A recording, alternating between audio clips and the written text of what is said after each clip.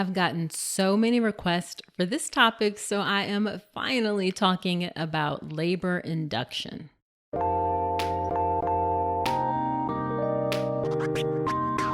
Welcome to the All About Pregnancy and Birth podcast. I'm Dr. Nicole Calloway Rankins, a practicing board-certified OB GYN who's had the privilege of helping hundreds of moms bring their babies into this world. I'm here to help you be knowledgeable, prepared, confident, and empowered to have a beautiful pregnancy and birth. Quick note, this podcast is for educational purposes only and is not a substitute for medical advice.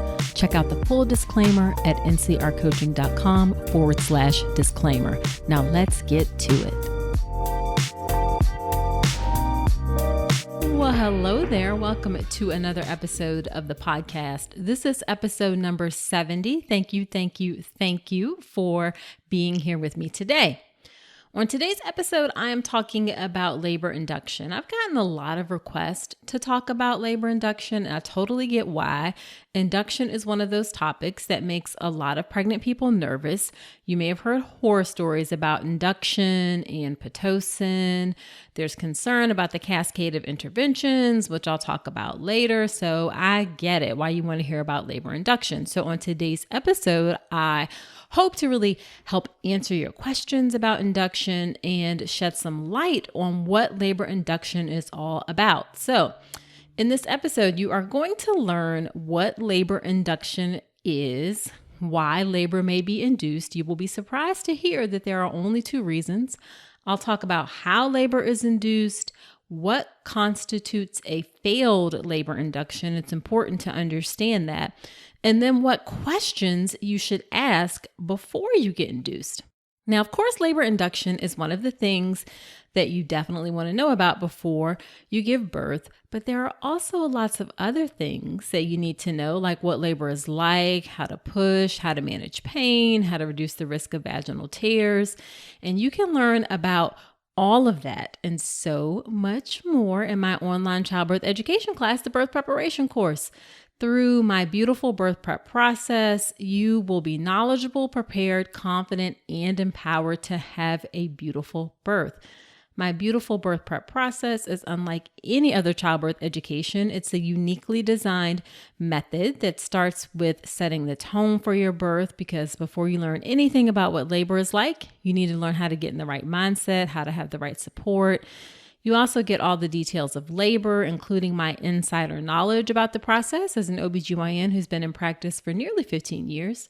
Of course, you learn about the possible things that could happen, like shoulder dystocia or meconium, so that you can manage the unpredictability of birth. And I get you off to a good start for the postpartum period. And then I also cover some things that typically aren't covered at all in childbirth education, like placenta encapsulation and circumcision. Let me just share what a student had to say after she went through the birth preparation course. If you are looking for an in-depth description of what giving birth is like, this is an amazing course. I learned so many things that I felt knowledgeable about my birth and felt confident in talking with my doctor. I trusted his advice because I actually understood what he was talking about. There is a lot of information, but I like being prepared and knowing as much as I can about such an amazing experience in my life. Thank you for helping me feel more prepared for my birth, especially offering an online option when I couldn't go in person. I still have to experience birth myself to truly understand it, but I feel a lot more confident and calm about it. And right now, to keep the course accessible, the birth preparation course is discounted over 40% off. So you can go to ncrcoaching.com/enroll to learn more about the birth preparation course. But in the meantime, let's go ahead and talk about labor induction. So what is labor induction? Labor induction, quite simply, is the process of using medications or other methods to make labor start before labor has started on its own. And I want to be clear that the goal of labor induction is a vaginal delivery. When we start out with inducing labor, the goal is to get a vaginal delivery. Now, as far as how many labors are induced, roughly a little less than 25% of all labors are induced in the United States. That number has gone up. It's about twice what it was in 1990, so definitely increased over time. Now, overall, most labor inductions do result in a vaginal delivery. The success can be influenced by a number of factors, but to be clear, most labor induction does result in a vaginal delivery. So you can feel confident in that if your labor is induced, most likely it is going to result in a vaginal delivery. There are a few key things, though, to make sure that happens, and I'll talk about that in a minute. So why might labor be induced? And I mentioned earlier that there really are only two major reasons. And I'll unpack a little bit under those reasons, but really at the top level, high level, there are two major reasons for labor induction. The first one is there's a medical reason, meaning that we believe it's beneficial for your health or it's beneficial for your baby's health to induce labor. And then the second reason is it's an elective induction, meaning that there's not a threat to your health, there's not a threat to your baby's health. The induction is for a non-medical reason. That's it. So either we're inducing your labor because we think it's beneficial to your health or your baby's health, or we're inducing your labor because of other reasons, and I'll talk about what those reasons are, but it's a non-medical reason, meaning there's no threat to your health or your baby's health, just choosing to induce labor. So some common medical reasons an induction may be recommended are things like high blood pressure or diabetes that's developed either during pregnancy or was there before pregnancy. There's some conditions with the baby where we may recommend labor induction, like growth restriction, where the baby is no longer growing appropriately inside your body. If the fluid is low, that can be a sign that a baby is in distress. We may recommend labor induction under certain circumstances with that. There could be issues with blood flow to the placenta that we see on ultrasound, where we're concerned that baby is not getting enough nutrition and oxygenation. And in that case, we may recommend labor induction. Some other reasons that you may see labor induction being recommended are like a suspected large baby that is sometimes cited as a reason for induction, but it actually is not a recommended medical reason for induction. I talk about what to do when you have a suspected big baby in episode 34 of the podcast, and I will link to that in the show notes. So that's not, again, a reason to induce labor. Also, going past your due date is a common reason that labor induction is recommended, but it's usually offered early than is really necessary. Now, the timing for inducing your labor because of medical reasons really varies depending on what the issue is with your pregnancy, but for the most part, it tends to be between 37 and 40 weeks, rarely past your due date, and not usually before what's considered full term, which is 37 weeks. So usually medical induction is recommended anywhere between 37 to 40 weeks for conditions like high blood pressure, diabetes, low fluid, so forth and so on. Sometimes it's earlier, but again, most of the time, 37 to 40 weeks. Now, why are we inducing? Well, the big bad outcome that we're really looking to prevent is stillbirth. That is something that we want to obviously prevent. It's not something that happens commonly, but when we look at all of the information and the evidence and we say, okay, is it better for baby to stay inside or is it better for baby to be on the outside? Then for the most part, for these conditions, we come to the conclusion that it's better for baby to be on the outside. Baby's pretty much done with the growing. If baby needs a little bit of support after birth, usually it's minimal. Whereas the risk of baby staying inside with some of those conditions, again, that big bad thing that we're looking to prevent is stillbirth. There's some other things that we want to prevent, like development of preeclampsia or the placenta just looking bad or baby suffering from a chronic lack of oxygen. But stillbirth is the awful thing that we always want to prevent.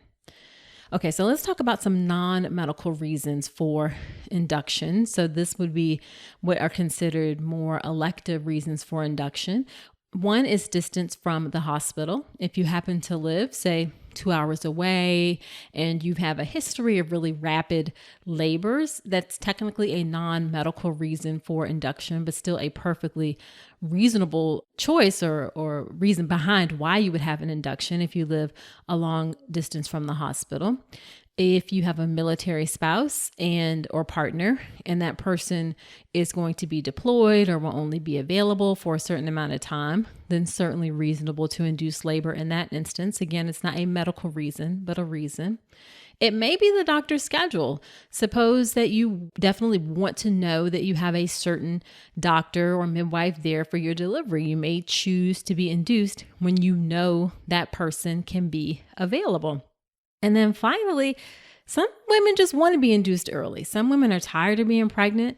They are ready to be done with it. Families coming in town. Sometimes that's not as prevalent now, of course, because of COVID, but sometimes people have family coming in town who's going to help and they're trying to schedule things. So some women want to be induced early, or not early, I should say. Some women want to be induced, which is perfectly reasonable under certain circumstances. There's certainly nothing at all wrong with that.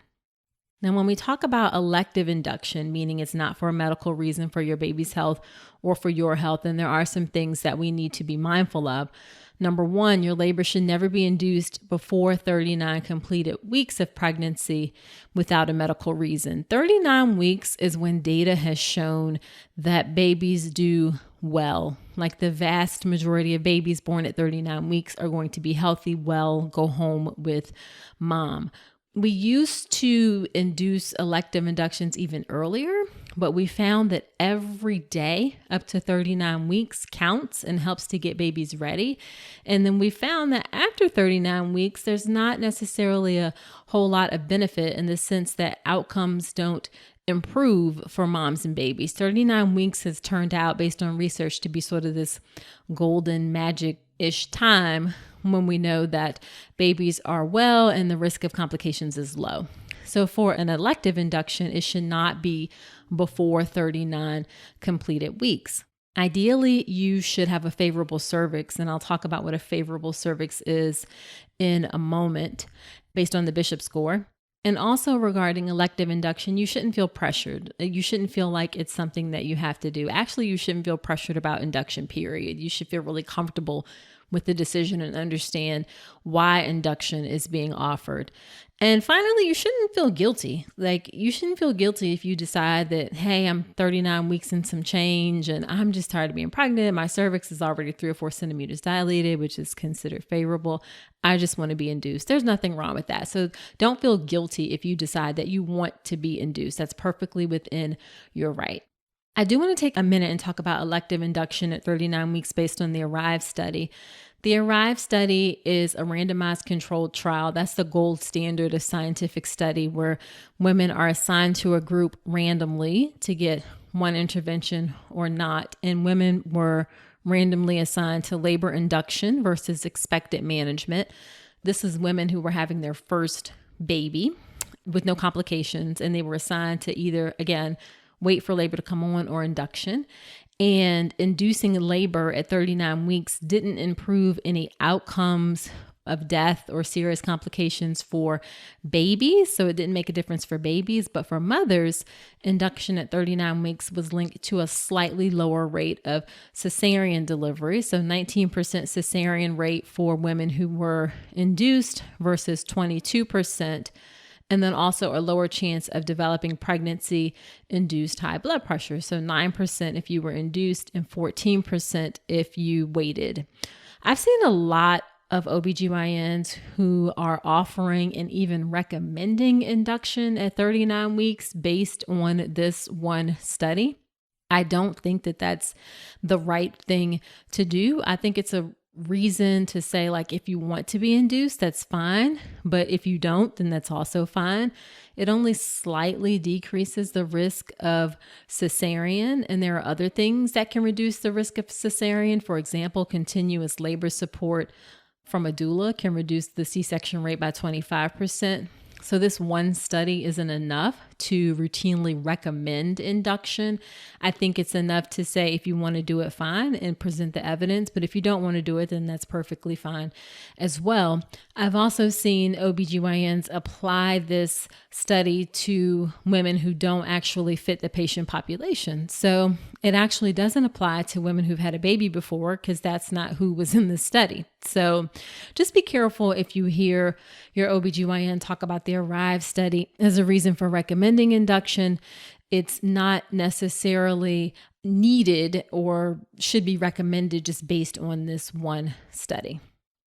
So let's move on and talk about how is labor induced. So the first part of induction is actually cervical ripening. Now, cervical ripening is the process of softening, thinning, and slowly dilating the cervix. It's a remodeling of the cervix where the cervix goes from firm to soft. It goes from long to thin and short. And this is a really important part of labor. When cervical ripening is done, then the chances for a successful induction are really, really, really increased. There is a YouTube video of a balloon and a ping pong ball that shows what cervical ripening or how the cervix shortens during labor. It's a good example of that, and I'm going to link to that video in the show notes. Now, cervical ripening is definitely needed when the cervix is considered unfavorable by a Bishop score, okay? A Bishop score assigns points from 0 to 3 for each of 5 measurements of your cervical exam. So how dilated your cervix is, how open it is, how effaced it is, whether it's longer, shorter, how effaced it is, the station, which is the position of the baby in your pelvis, the consistency of your cervix, whether your cervix feels soft or firm. As you get closer to going into labor, your cervix softens significantly, and then the position of your cervix. And when you're not in labor, the cervix sits back in the vagina, can sit what we call very posterior. As you start to go into labor, as your body gets prepared for labor, your cervix starts to rotate forward, becomes more anterior. Now, the most important element in the Bishop score is dilation. You can almost certainly expect to have cervical ripening if your dilation is 2 centimeters or less, regardless of what the other points are. Now, a favorable Bishop score is a score that is 8 or greater. Your chances for a vaginal delivery are good. Your cervix is thought to be favorable if your Bishop score is 8 or more. If it's 6 or less, then the chances are lower and you need to have more cervical ripening for sure. So I don't want you to think that if the Bishop score is low, that automatically means that you're not going to have a successful induction. That's not the case. It just may mean that it's going to be a longer process, okay? And I will put a chart of what constitutes the Bishop score or what goes into the Bishop score into the show notes. So the way cervical ripening is done is by one of 2 methods. One is a medication called prostaglandins, and the other is using something called a mechanical dilator. Both methods are about equally effective. Now, prostaglandins are a group of hormone-like substances. They actually have a lot of functions in the body, including controlling inflammation, body temperature, blood pressure, and the contraction and relaxation of smooth muscle like the muscles in the uterus. There are a couple different types of prostaglandins. One is dinoprostone that comes in 2 different forms, a gel called Prepidil or an insert called Cervidil. Both are placed in the vagina. I've never actually used the gel. A lot of people do. I have used Cervidil. I don't use it at the current hospital I'm at anymore just because it's expensive. So it's been taken off the formulary, but a lot of places do use Cervidil. Now, Cervidil has the advantage. It looks like it's also called a tape. It looks like a piece of long string tape. And the advantage of it is that it's the only prostaglandin that can be easily reversed. You can just remove it from the vagina if the baby is showing some signs of distress from the prostaglandin. You can't do that with the gel. So that's one of the main advantages of Cervidil over the other forms of prostaglandin. Both the gel and the insert are FDA approved for use in pregnancy. Now, the other prostaglandin is misoprostol or Cytotec. This one is a little bit controversial.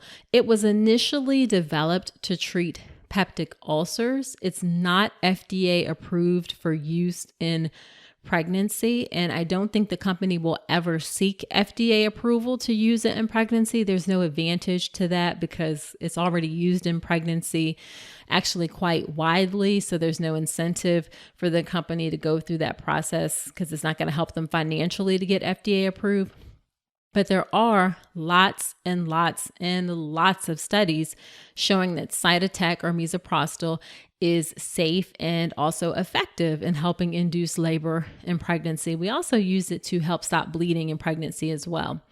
So for cervical ripening, misoprostol can be given vaginally, it can be given orally, or it can be given buccally, which is put inside your cheek and allowed to dissolve. Now, one of the side effects or issues with Cytotec is that there's an increased risk of negative effects like too many contractions. That's something called tachysystole. There's also an increased risk of meconium and an increased risk of uterine rupture. All of those incidents of bad things happening are low. And when the medication is used appropriately, that means in lower doses that are spaced out in reasonable intervals, like every 4 to 6 hours, then Cytotec is very, very safe. I've used this many times to induce labor, and it is quite effective and quite safely used. An added advantage of Cytotec or misoprostol is that it is very, very inexpensive. I mean, the cost of Cytotec versus Cervidil, Cervidil is probably, 10 to 20 times at least more expensive than Cytotec. So misoprostol is very, very inexpensive. So that's it for the prostaglandins. There's Cytotec, and then there's dinoprostone, either the gel or the vaginal insert. Now, the second option for cervical ripening is mechanical dilators. And what mechanical dilators do is they work by applying gentle pressure to slowly dilate your cervix. And there are two types. One is a Foley catheter. A Foley catheter is a type of catheter that's typically used to drain the bladder, or there's a special type of balloon catheter called a double balloon catheter that is specifically for cervical ripening in the setting of inducing labor. Now, the advantage of these is that they are low cost. They have a very low side effects. They can even be done at home. Like you can have a balloon catheter placed in your cervix, and then you can go home overnight and then come back in the morning to start the labor induction. I'll put a couple of pictures of what these look like. Basically what it is that for the single balloon, it's a balloon that's blown up or inflated with sterile saline, anywhere between 40 to even up to 80 cc's of fluid. And it just sits inside your cervix, and we place a little gentle traction on it. So we tape it to your leg so it has a little bit of traction on it. And over time, just that little bit of constant pressure helps slowly dilate your cervix. The double balloon catheter is different in that it has two balloons. One balloon sits just inside your uterus, and then the other one sits in your vagina to apply pressure to your cervix in a similar way. There's still risk to the balloon catheters. There's a risk of bleeding. It could potentially break your water, which isn't necessarily a problem, but it can. And probably the biggest thing is that it can be uncomfortable. Depending on how much fluid is in the balloons, it's just kind of a different sensation having this catheter inside your body. Now, the key about cervical ripening is that it can take time. Okay. It can be 12 hours. It can be 24 hours. It can be even longer for cervical ripening. And the more unfavorable your cervix is at the start, the longer it may take. So if you're starting your labor induction and you're completely closed, you're not dilated at all, or you're 1 centimeter, then it's probably going to be a longer process. Be prepared for that. So cervical ripening can take some time, 12 to 24 hours or even longer. Sometimes we do one method. If that doesn't work, then we go to another method. Sometimes we do the Cytotec or Cervidil first, and then we may go to a mechanical dilator after that to even get a little bit more ripening in place. So just being prepared for that early part of cervical ripening can take time. Now, once your cervix is ripened and we believe that it's dilated some, thinned out some, then this is where we use Pitocin. And the reason we do this is Pitocin doesn't work as well to help ripen the cervix. It really helps to work, or it really works once the cervix is ripened and it gets the contractions going to help get those contractions stronger or closer together to take the process on further into the active part of labor. So Pitocin is synthetic oxytocin, and that causes contractions. Oxytocin is the natural occurring hormone in the body that causes contractions. Pitocin is actually one of the most commonly used drugs in the United States. It's not necessarily just because of in labor induction. We also give it to prevent postpartum hemorrhage. So almost every woman who gives birth in the hospital in the United States gets Pitocin after birth in order to help prevent postpartum hemorrhage. Now, one of the big issues with Pitocin is something called the cascade of interventions. And let me take a second and explain what that means. So what happens is when you get Pitocin, you have to have an IV because it's an IV medication. Also, because Pitocin has risk with it, you have to be continuously monitored. When you're continuously monitored, you may be connected to a machine and may have less mobility, so you may not be able to move around as much in order to help manage the discomfort from the contractions. And Pitocin can often cause more painful contractions than naturally occurring contractions. A lot of doctors don't believe that. I believe it to be true. I'm just going to be honest that I think Pitocin causes contractions that are more painful than naturally occurring contractions. Not saying that they can't be managed, but the truth is I do think they are a bit more painful. So what happens is because they're more painful, and then you may not be able to move as much to help manage that discomfort because you have an IV or you're being continuously monitored, then women may opt for an epidural to help manage pain. Then you have the epidural and the Pitocin. And then if there are changes in the heart rate because of the Pitocin, then that can potentially lead to an increased risk of cesarean. Now, I'm not saying that this cascade of interventions always happens or is even likely to happen, but that's just a description of what the cascade of interventions entails. So because of that, women are understandably nervous about Pitocin, especially if you intend to have an unmedicated birth. If you plan to have an epidural anyway, then I don't think it's as of a problem, I guess, so to speak. But if you plan to have an unmedicated birth, then yes, this cascade of interventions can be problematic. But again, it's not that it is always going to happen or is even likely to happen, but it is a possibility. Now, as far as some of the risk of Pitocin, the most common one is tachysystole, which is a fancy word for saying too many contractions back to back. When there are too many contractions back to back, what contractions are is that the uterus is squeezing. It's literally squeezing, trying to squeeze the baby out. And when that happens, it can sometimes compress the cord, which can cut off blood supply to the baby, and the baby needs a little bit of a chance to recover. So if you have too many contractions back to back, that squeezing is constantly happening, and there's not a chance for the cord to get not compressed or for the baby to just kind of recover from that squeezing. Now, that tachysystole is completely related to how much Pitocin is given. So if you give too much Pitocin, then you can get tachysystole. If you turn back the Pitocin, then the tachysystole goes away. So there are some other rare complications of Pitocin. These happen in less than 1% of women who receive Pitocin. Things like low 5-minute APGAR scores, amniotic fluid embolism, which is when amniotic fluid goes to a woman's lungs. That's actually quite dangerous. Jaundice in the babies. All of those things are very rare that they happen. Now, as I said, the issues with Pitocin are completely dose related. That means that the more you get, then the more risk of having problems. So the way that needs to be addressed is that there really should be strict protocols for using Pitocin, stopping Pitocin, decreasing the dose.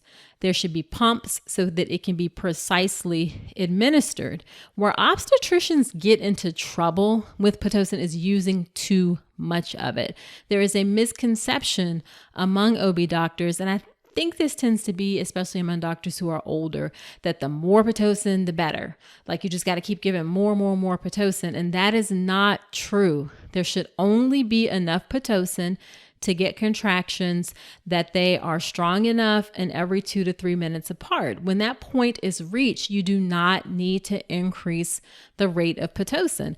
And that point where that happens is going to be different for every woman. For some women, I've seen it happen as low as what can, at very low levels of Pitocin. I was going to say the numbers, but the numbers don't mean anything to you. But for some women, that can have it happen at low levels of Pitocin. For some women, it takes more. But the point is, you don't just need to keep cranking it up just because. So there should be strict protocols in place for using Pitocin, and that is how you stay out of trouble. All right. Now, the other thing that we can do in terms of helping move labor along once your cervix is ripened, is breaking the water. That's called amniotomy. Amnio is like the amniotic sac. Otomy is breaking it or making a hole in it. So amniotomy, and that's where we artificially rupture the membranes, break the membranes that are surrounding the baby. We do that by using a long hook that nicks a hole in the amniotic sac. Water is going to break eventually during birth. Very rarely it happens at the very, very end. Most of the time it breaks at some point before that. So we're not doing anything that isn't already going to happen. We just may be doing it an earlier time. Sometimes it's done in addition to Pitocin. So those two things are done together. It can be done by itself, just breaking your water. It's just that the impact is unpredictable. And once it's done, it's done. We have a little bit more control, a lot more control actually, over how Pitocin is used. Now, the risk of breaking your water, the longer your water is broken, the more your baby is exposed to the bacteria that we normally have in our vaginas, and that can increase the risk of infection around the baby. So the longer the water is broken, particularly more than 18 to 24 hours, when that infection risk goes up. If the water is broken too early and your baby is not low enough in your pelvis, the umbilical cord could fall in front of the baby's head. That's something called a prolapsed umbilical cord. That is a true emergency because it'll cut off the blood flow through the placenta. So that means a stat C-section, like true emergency C-section. So those are the biggest risks.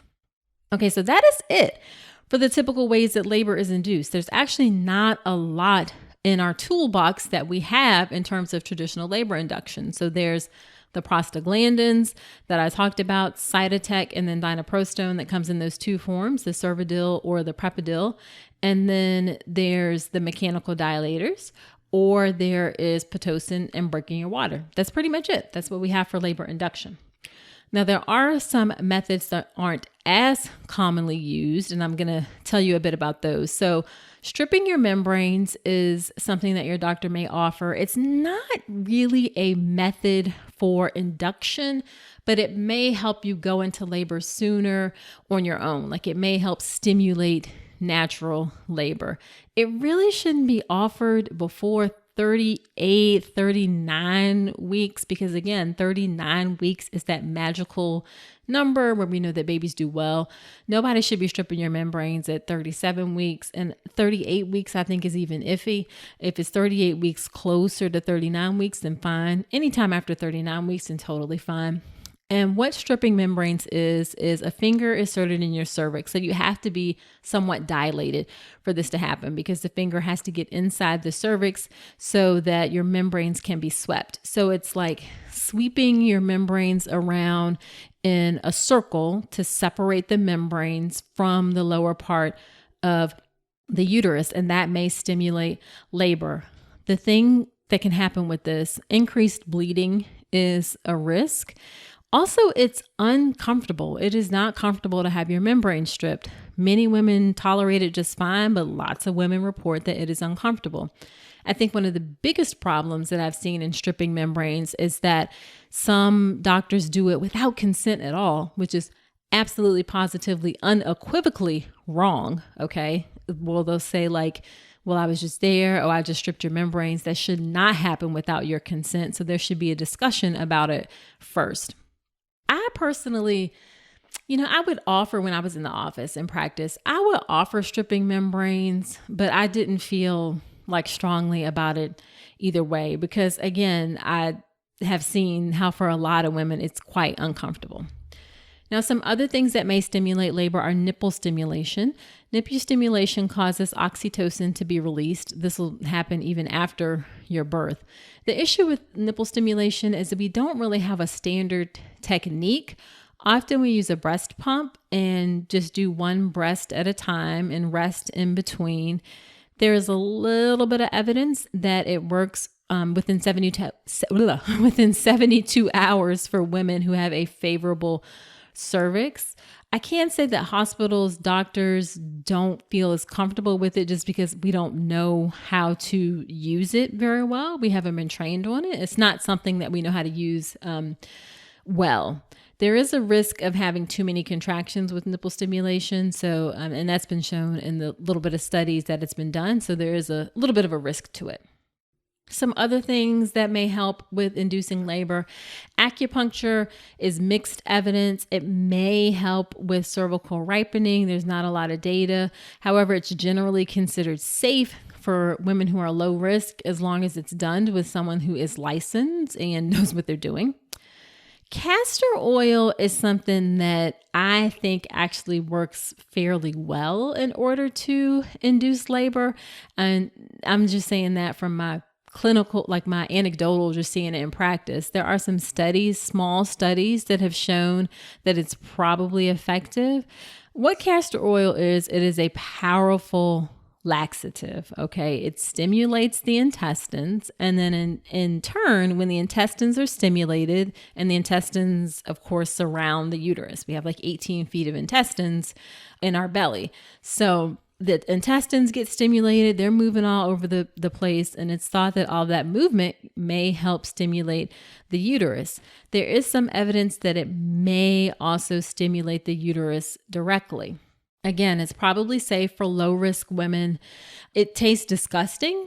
The vast majority of women will have nausea. So you can do it in a smoothie, just like a tablespoon. You can do it in peanut butter. You can do it in eggs. You have to mix it in something because it tastes really gross. And then finally, sex may help bring on labor. Semen has a very high prostaglandin content to it. So maybe full term, there's something about the combination of full term and prostaglandins that may bring on labor, because we know that sex during other points in pregnancy doesn't bring on labor, but there's something about being at the end and sex may bring it on. It's possible that the release of oxytocin helps. It's possible that orgasm helps. The evidence is really mixed. It definitely doesn't appear to be harmful if there's no reason why you shouldn't be having sex, so you can certainly give it a try. Okay, so that's it for all of the different methods of induction. Let's talk about how you know if induction has failed, in which case there will be a cesarean birth. Now, this is really important to understand when an induction has failed, because it's really important to help prevent that first cesarean. We know that the C-section rate in this country is unacceptably high. And once you have that first cesarean, you're more likely to have another. So really preventing that first cesarean is important. And then in addition to that, the most common reason for C-section is that labor isn't progressing. So we need to have a very clear definition of when induction has failed so women aren't getting a cesarean too early. So ACOG, the American College of Obstetricians and Gynecologists, that's the organization that sets practice guideline standards for obstetricians in the U.S., they have a document called Safe Prevention of Primary Cesarean Delivery. And the definition of failed induction in that document is if the maternal and fetal status allow cesarean deliveries for failed induction of labor in the latent phase, so that's the early phase of labor from 0 to 4 centimeters, cesarean induction can be avoided by allowing longer durations of the latent phase up to 24 hours or longer, and requiring that oxytocin be administered for at least 12 to 18 hours after membrane rupture before deeming the induction a failure. So that's latent phase, which is the first part. 0 to 4 centimeters is considered the latent phase of labor. That needs to last 24 hours or longer And then once you're in the more active phase and your water's broken, then you need to be getting oxytocin or Pitocin for at least 12 to 18 hours after that. So that means that induction can last 2 or 3 days. As long as you're healthy, your baby's healthy, we should keep going with induction. That may be longer if you're not dilated at the start or if it's your first baby. The longest induction I've seen is probably 5 days. That was a long induction. It may be almost stretched into 6 days, but she had a successful vaginal delivery at the end. And mom and baby looked fine the entire time. So it, was a success, but it was a long induction. Even mentally, that can be long. But it definitely shouldn't be this start induction at 8 o'clock and then by 5 o'clock, if something isn't happening, then say it's a failed induction. That is not appropriate at all. And unfortunately, I've heard women share those types of stories. Again, induction can last 2 or 3 days. It's not usually a long process. For most people, if you've had a baby before, it's probably going to be within 24 hours. Even for first baby, it will be within 24 to 48 hours, but it can be longer. So just be prepared for that possibility. Sometimes we take breaks, folks eat, they shower, they walk around. Just be prepared to let it go on a little bit longer and discuss it with your doctor that, hey, I want to, go give this a really good go before we decide that this is a failed induction. Now, the final thing I want to tell you is that questions you should ask or have the answers to before you are induced. I've been surprised at how many women I've encountered, and it's like, oh yeah, my first labor was induced. And it's like, well, why were you induced? It's like, I don't know. My doctor just said I had to be induced. You should really know why you're being induced. So ask, why am I being induced? I actually had somebody just reach out to me not that long ago and said, my doctor just automatically scheduled me for an induction. Didn't really talk about it or tell me why. You should understand exactly why you're being induced. Then you want to know, what are the benefits of being induced? They should be able to clearly say, like, what are the benefits? It may be a decreased risk of cesarean. It may be a decreased risk of stillbirth, depending on what is going on with your pregnancy. But they should be able to say, what are the benefits? Also, what are the risks? Everything has risk and benefits, and some of the risk may be some of the risk of the medication and how it affects your baby. There's a risk, of course, of cesarean section with induction as well. Then if you don't want to be induced, what are the alternatives to induction? So what can you do in the meantime? A good example of this is being near your due date or going past your due date, and you can have monitoring where you're put on the monitor, check the baby's heart rate, check the fluid around the baby twice a week. If that looks reassuring, then you can certainly wait longer to see if you can go into labor on your own. So you can ask if there are alternatives to induction. And then finally, what are the risks of waiting? So if you decide I want to wait, then what are the risks of waiting if I don't want to be induced? Oh, and then one more question. What method are they going to use for induction? Are they going to use Cytotec? Are they going to use the mechanical dilator? And what are the risks and benefits of each?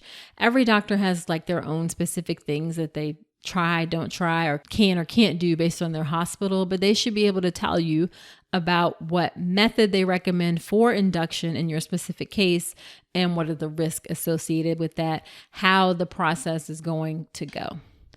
Whew. Okay. So that is it for this episode. I know that was a lot of information. And just to recap, induction is making labor happen before it happens on its own. There are 2 reasons for induction. Either there's a medical reason that benefits your health or your baby's health, or it's an elective induction where there's no medical reason to do so.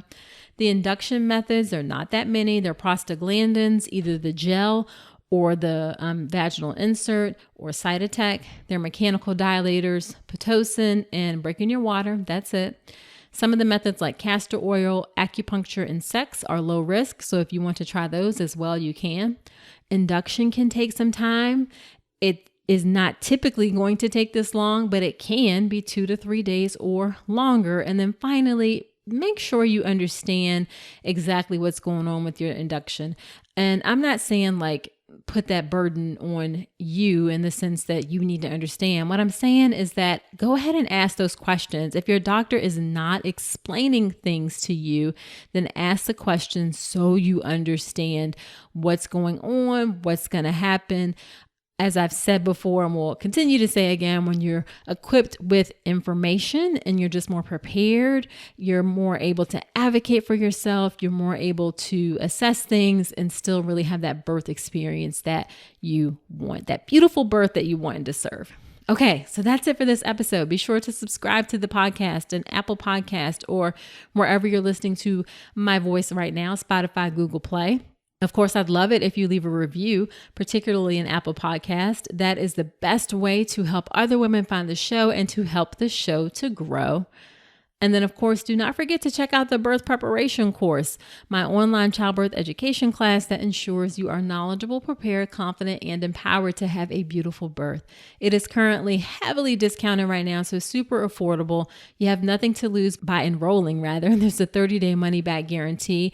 You also get lifetime access to it. So you enroll once and you have it for every pregnancy going forward with all the updates and everything that I'll do as I update it along the way. You can check out the course at ncrcoaching.com/enroll. Next week on the podcast, it is a birth story episode. So do come on back next week. And until then, I wish you a beautiful pregnancy and birth. Thanks so much for listening to this episode of the All About Pregnancy and Birth podcast. Head to my website, ncrcoaching.com, to get even more great info, including free downloadable resources on how to manage pain in labor and warning signs to look out for after birth. You'll also find information on my free online class on how to make a birth plan, as well as everything you need to know about the birth preparation course. Again, that's ncrcoaching.com, and I will see you next week.